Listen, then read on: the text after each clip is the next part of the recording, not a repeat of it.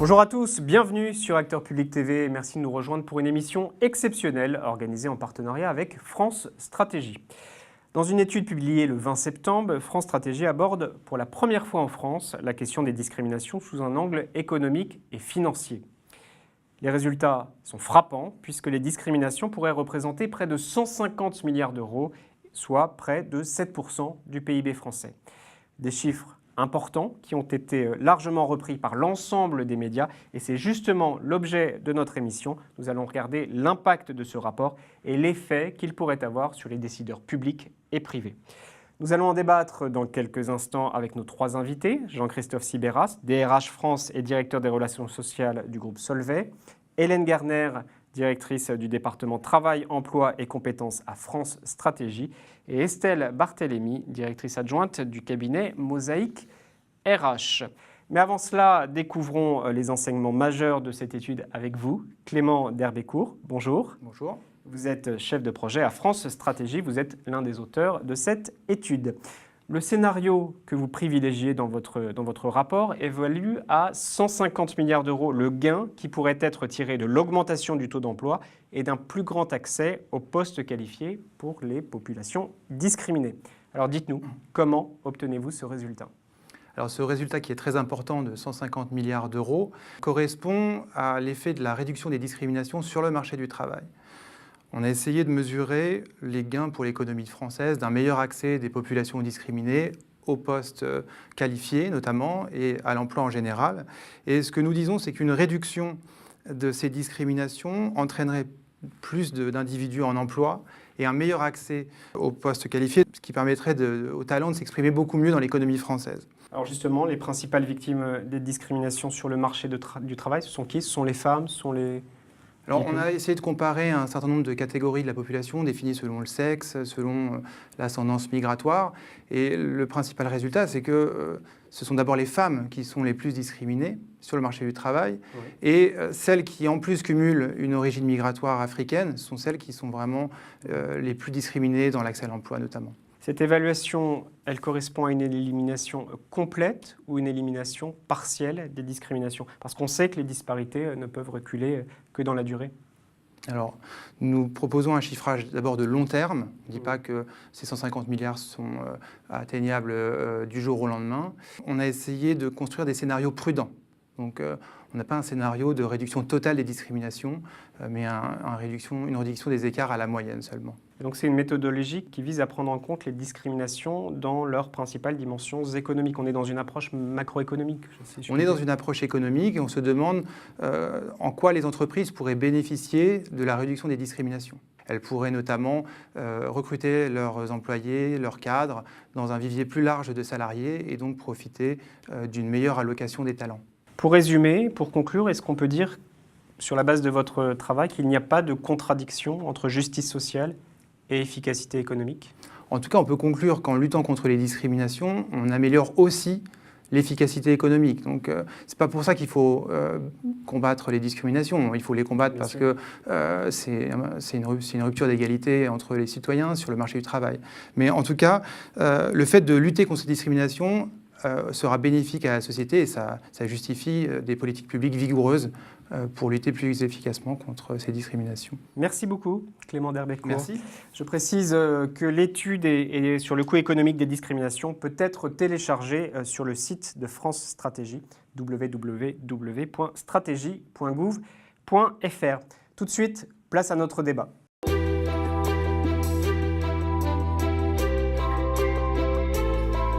On se retrouve pour la seconde partie de notre émission avec nos trois invités. Jean-Christophe Sibéras, bonjour. Bonjour. Vous êtes DRH France et directeur des relations sociales du groupe Solvay.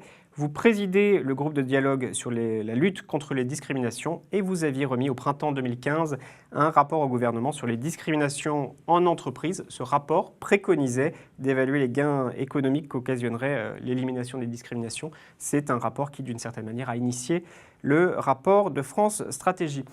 Hélène Garner, bonjour. Bonjour. Vous êtes directrice du département Travail, Emploi et Compétences à France Stratégie.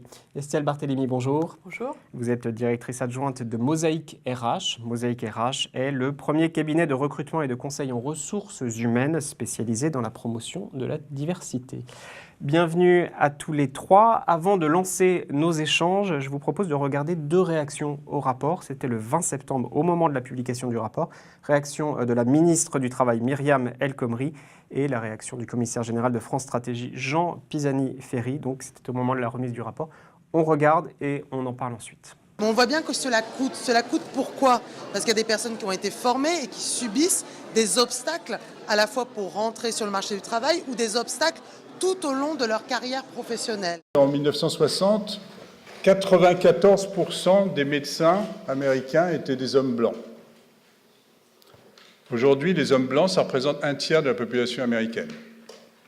Un pays qui recrute son élite dans 1/3 de sa population, nécessairement s'impose quelques coûts en se privant des talents des 2 autres tiers qui n'ont pas accès aux emplois qualifiés, aux emplois créatifs, ou même simplement qui ne permettent pas que les talents individuels s'accordent avec les besoins de l'économie, quel que soit le niveau de ces talents. Voilà, c'était des réactions donc, au moment de la publication le 20 septembre. Depuis, donc on est en octobre, nous avons avec France Stratégie regardé les retombées dans les médias de ce rapport. Elles sont très très importantes, tout le monde en a parlé. La presse nationale, Le Parisien, Le Monde, Les Échos, l'Humanité, Libération, Le Figaro notamment. La presse locale s'en est fait l'écho, Ouest France, Le Dauphiné Libéré, La Montagne, Le Courrier Picard, L'Est Républicain, etc. Les radios, les télés, bref, ce rapport a fait sensation, si je puis dire. Cela veut dire, Jean-Christophe Sibéras, que l'approche économique est la bonne méthode pour marquer les esprits? C'est une méthode nécessaire. Jusqu'ici, on était sur un terrain purement juridique, moral. Finalement, tout le monde est assez d'accord, sauf que ce qu'on a vu, c'est que les discriminations, elles n'ont pas reculé. On a fait des tas de lois, elles sont empilées avec des sanctions, mais finalement, il y a très peu de sanctions, il y a très peu de poursuites. Donc, on s'est dit, si on veut sortir de là, si on veut faire bouger la France, il faut sortir du déni, parce qu'il y a un déni, parce qu'on sait que les discriminations existent et qu'elles sont nombreuses. Mais simplement, la bonne méthode, on s'est dit, dans le groupe de travail, c'est pas forcément le bâton, même si c'est nécessaire en cas de discrimination avérée, mais il faut trouver un moyen de faire comprendre que tout ça, derrière ça, il y a un enjeu business, il y a un enjeu économique. Quand on écarte quelqu'un, moi je suis DRH, si j'écarte quelqu'un d'un recrutement pour des raisons qui n'ont rien à voir avec ses compétences, si ça se trouve, j'écarte le meilleur. Et je vais prendre un candidat qui est moins bon. Et donc, finalement, j'aurai un salarié moins bon dans mon entreprise. Donc, mon entreprise, de ce point de vue-là, elle va perdre quelque chose. Et finalement, l'intuition qu'on a eue dans le premier rapport, celui de mai 2015, mais c'était qu'une intuition, il fallait qu'on le vérifie, c'est dire ce coût pour les entreprises, il faudrait qu'on essaie de le mesurer, de chiffrer pour qu'on voit ce que ça représente pour l'économie nationale, c'est ce que France Stratégie a développé, mais aussi microéconomiquement pour nous, les entreprises. Mais finalement, qu'est-ce que ça représente pour nous de perte de capacité de gain et de valeur? D'accord. Hélène Garner, ce focus économique est une arme supplémentaire pour ceux qui dénoncent les injustices. Alors cette approche peut surprendre, mais ça marche visiblement, du moins dans les médias pour le moment. Effectivement, il y a eu beaucoup de retombées de ce rapport parce que c'est une méthode inédite en France de mesure monétaire des inégalités. Il permet de faire prendre conscience de l'ampleur du phénomène. Monsieur Sibéras l'a rappelé, on sait depuis maintenant un certain nombre d'années que les discriminations sont importantes et élevées en France, notamment grâce au développement des méthodes de testing et des enquêtes de ressenti, mais ça ne suffit pas. Et donc c'est un argument supplémentaire. Face à l'ampleur d'un tel phénomène, on pense qu'il y a plusieurs moyens de l'attaquer. Le premier angle d'attaque, bien sûr, ça doit être l'angle juridique. Donc c'est lutter contre la discrimination, c'est d'abord une question de justice sociale, de respect des droits fondamentaux. Il y a un certain nombre de lois qui existent. Il y a des projets de loi qui sont actuellement en discussion, qui visent à renforcer les obligations et les sanctions. Mais l'angle économique, c'est aussi un angle d'attaque qui permet de faire prendre conscience aux décideurs publics pour se saisir de cette question et aux entreprises du coût économique de ces inégalités. Stella Barthélémy, en prolongement de ce que dit Hélène Garner, en préparant cette émission, je regardais un article de La Tribune qui était intitulé « Entreprise, quand les discriminations deviennent un manque à gagner », ce que disait M. Sibéras aussi. Est-ce que ce rapport va faire réagir les chefs d'entreprise? Est-ce qu'ils vont être plus attentifs maintenant à ces questions de discrimination, notamment, on l'espère, sur la question des femmes? Sur la question des femmes, sur la question des jeunes, des seniors, nous on est sur un public de jeunes diplômés issus des quartiers populaires. Nous, ce qui est intéressant pour nous, c'est que ce rapport montre que ces jeunes qui sont habituellement vus, les quartiers sont vus comme des secteurs de problème. Nous, on montre, en plaçant ces jeunes de talent, que c'est une richesse potentielle pour les entreprises françaises. Il y a des viviers de croissance. Il faut arrêter le clonage. Il faut aller chercher justement ces talents là où ils sont. Donc, on est ravis de ce rapport qui montre que on ne fait pas du social. Il faut faire de l'inclusion économique et ça peut fonctionner. Jean-Christophe Sibéras, parlons de demain, justement. Alors, on voit toutes ces retombées presse. Est-ce que ça va mettre la pression sur les patrons est-ce que ça va les toucher fortement? Est-ce que ça va vraiment faire bouger leur méthode de management? On l'espère. Je crois qu'une entreprise, c'est un lieu économique. Donc, dès qu'on commence à parler de chiffres et d'argent, tout de suite, on écoute, si vous voulez. Ouais. On n'écoute plus. Si vous leur dites, il y a des lois, machin, l'article, le truc muche, c'est loin. Par contre, quand on vous dit, voilà, globalement, on perd 150 milliards d'euros la richesse nationale, et puis, ce qui serait intéressant, d'ailleurs, c'est peut-être demain d'aller un peu plus loin et de dire, je sais pas, le bâtiment, en discriminant, le secteur du bâtiment, il perd tant. La chimie ou la distribution. Vous voyez, on pourrait aller encore un peu plus loin. Et là, je vais vous dire, il ne s'agit pas de faire pression, il s'agit tout simplement de faire prendre conscience.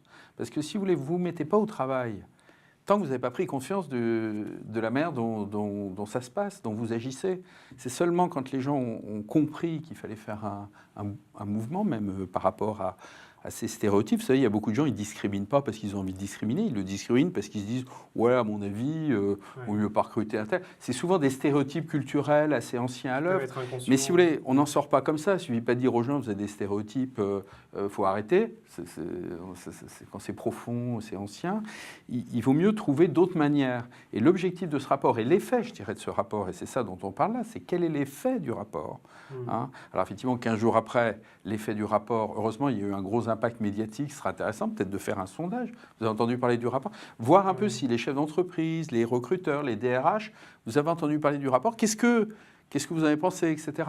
Voir un peu si l'objectif est atteint par l'effet qu'il produit sur ceux à qui il est destiné, en fait. Et ceux à qui il est destiné, c'est d'abord effectivement les entreprises, puisqu'il s'agit de la lutte contre les discriminations dans l'emploi. Bien sûr. Allez-y, je vous en prie. On est mal outillé en France par rapport à d'autres pays comme les États-Unis sur des études qui seraient un peu plus microéconomiques par entreprise ou grandes entreprises ou secteurs pour dire, voilà, telle entreprise, elle est à fond dans la diversité, elle a 5-6 points de plus en termes de croissance.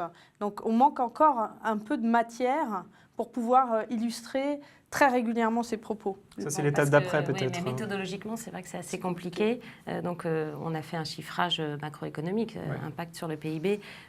Aller au niveau de l'entreprise, ça nécessiterait des investigations méthodologiques plus poussées. Après, le rapport, il va avoir un effet prise de conscience. C'est ce que disait M. Sibéras. On l'espère, ce déclic. Oui, alors à la fois sur les employeurs, même si je pense que ça ne suffira pas. Il faut évidemment concilier ça, combiner ça, articuler ça avec la loi. La loi, elle existe, elle se renforce. Il faut aussi la faire appliquer. Il y a un enjeu d'effectivité de la loi qui est quand même important en termes de sanctions et d'obligations. Et puis, une prise de conscience aussi des pouvoirs publics, au-delà du chiffrage des 150 milliards que vous avez évoqués. C'est l'ampleur des discriminations qui doit marquer et ça doit aider les pouvoirs publics à se ressaisir de cette question et à refaire de la lutte contre la discrimination un vrai objet de politique publique. Justement, vous parlez des pouvoirs publics. Je vous propose une autre réaction, celle de Jacques Toubon, le défenseur des droits. On est allé l'interroger. Il met les acteurs publics devant leurs responsabilités. Écoutez, on en parle juste après. Ma réponse, c'est que pour atteindre de meilleurs résultats dans la lutte contre les discriminations, il faut une politique publique. Et une politique publique qui ne soit pas seulement de proclamation, d'incantation, mais qui comporte des mesures réelles, comme par exemple celle que nous proposons et dont j'espère qu'elle se retrouvera d'une manière ou d'une autre dans la loi, obliger les entreprises, en tout cas les plus grandes, à disposer d'indicateurs sur leur politique de diversité et de lutte contre les discriminations. Voilà ce que disait Jacques Toubon. Je précise que c'est un morceau d'une interview assez longue qui est disponible sur notre site et sur également le site de France Stratégie. Une réaction peut-être, Monsieur Sibéras c'est intéressant ce qu'a dit le défenseur des droits, parce qu'effectivement, il n'y a pas un seul levier pour bouger. On avait proposé 17 mesures, les pouvoirs publics en ont retenu 13 depuis, dont une de faire une étude économique pour qu'on ait des chiffrages. Le défenseur des droits vient de citer quelque chose qui est très important, c'est dans les entreprises, effectivement, là aussi, pour que ça bouge, faut qu'il y ait un débat social avec les organisations syndicales, et surtout, il faut qu'il y ait des chiffres. Il faut qu'on parle avec des choses qu'on connaît. Or, il est exact qu'aujourd'hui, même le bilan social vous donne pas, le bilan social que les entreprises de plus de 300, ne donne pas des chiffres du positionnement des personnes en raison, par exemple, de leurs origines ou de leur sexe ou de leur âge. Enfin, il y a et donc, effectivement, une idée du premier rapport, dont un deuxième rapport devrait en parler, là, qu'on va sortir au mois de novembre, pourrait de dire qu'il faudrait qu'il y ait une sorte de publication anonyme du positionnement des salariés. Où est-ce que je suis, moi, par rapport aux autres? Et effectivement, ceux qui s'estiment un peu décalés pourraient se dire, mais finalement, pourquoi? Il y a peut-être des bonnes raisons. Hein. Il peut y avoir des raisons de performance, d'expérience qui n'est pas la même que le collègue ou que le voisin, mais qu'au moins, il puisse y avoir une sorte de débat à partir de données de base. Parce qu'effectivement, le meilleur moyen de traiter les discriminations, il faut des lois, sans doute. Il n'y a pas de système juridique qui tienne sans des lois. Il faut éclairer les esprits, il faut faire prendre conscience. Mais finalement, après, c'est quand même dans les entreprises que ça va se passer. C'est-à-dire, quand un salarié dit « moi, pourquoi je suis décalé comme ça ?» Est-ce que l'employeur a des raisons? Oui. S'il n'y en a pas, est-ce que c'est pas lié à mon sexe, à mon origine, à mon congé de maternité de l'année précédente, au fait que je sois âgé? À ce moment-là, le débat dans l'entreprise, entre le salarié et son manager, ou avec les syndicats, parce que c'est là que ça se corrige. Mais est-ce que vous pensez que les entreprises sont prêtes à développer ce débat, ces indicateurs qu'évoque Jacques Toubon? Je crois que les entreprises, d'abord il y en a quand même qui le font, qui le font et qui sont plus transparentes que d'autres. Je crois que dans une entreprise, on est assez sensible quand même à quelque chose, c'est que quand les gens ont l'impression qu'on est maltraité, que c'est pas juste, vous voyez, une espèce de sentiment d'injustice, ça met quand même un malaise. Et une entreprise ou des équipes de travail où vous avez des gens qui ne sont pas heureux ou qui ont des malaises, à un moment donné, si vous voulez, la performance de l'équipe, ça ne va pas le faire. Et donc là, l'entreprise, elle a quand même un vrai sujet à traiter. Non, juste, c'est vrai que sur la question de l'égalité professionnelle, ça fait longtemps qu'on a des indicateurs qui étaient dans le rapport de situation comparée, qui maintenant sont dans la base de données économiques et sociales, des indicateurs sur un certain nombre de dimensions, recrutement, carrière, évolution, salaire, formation. Ça, oui. Alors ça, après, il y a le suivi, c'est ce que je disais tout à l'heure, l'effectivité de la mise en œuvre de cette obligation légale, et puis ce que les entreprises en font, c'est-à-dire est-ce qu'après, c'est un outil de dialogue avec les salariés. La diversité, ça peut être aussi un objet de dialogue social. Il y a eu un ANI sur la diversité en 2006 qui a été signé. Il y a eu très peu d'accords qui ont été ensuite enclenchés dans les entreprises. Donc, c'est important, la mesure et le chiffrage, mais évidemment, ça ne suffit pas. On voit bien que sur la question des femmes, ça fait des dizaines d'années qu'on a des chiffrages, qu'on a des obligations. Et ce qu'on constate dans le rapport, c'est que les femmes sont encore largement discriminées et que les inégalités se réduisent quand même très doucement, y compris à l'encontre des femmes. On peut espérer, Estelle Barthélémy, quand même que ça va faire avancer les choses. Vous allez vous saisir de ce rapport, peut-être des retombées presse, peut-être de cette émission, pour aller voir les DRH? Alors, on l'espère. Nous, on a un événement en fin d'année qui est le top 10 des recruteurs de la diversité. C'est bien de quantifier et de aussi promouvoir les bonnes pratiques, diffuser. Le tout État, moi, j'y crois pas. Je pense que vraiment le groupe de dialogue le montre. C'est dans la coordination des actions, certes, publiques. On ne peut pas rejeter non plus toute la faute aux entreprises parce que est-ce que le secteur public est exemplaire en matière de lutte contre les discriminations non plus? Jacques Toubon dit que non. Voilà. Et puis, la fonction publique rendue en juillet qui le rapport Lortie, c'était le premier. Voilà. Oui, puis surtout, se saisir des innovations qui sont sur le terrain, de structures comme nous, mais pas que, et de pouvoir infuser. Là, on vient de signer un protocole avec Pôle emploi, justement, pour pouvoir dialoguer avec cette grande institution. Voilà, je pense qu'il n'y a pas une solution miracle. En tout cas, il ne faut pas attendre une solution d'un seul acteur. Bien sûr. On arrive au terme de cette émission, ça passe vraiment à toute allure. Jean-Christophe Sibéras, peut-être un mot de la fin. Alors, il y a une actualité, là, il y a le projet de loi égalité-citoyenneté, il y a le projet de loi sur la justice du XXIe siècle, où des mesures vont être instaurées concrètement. On avance?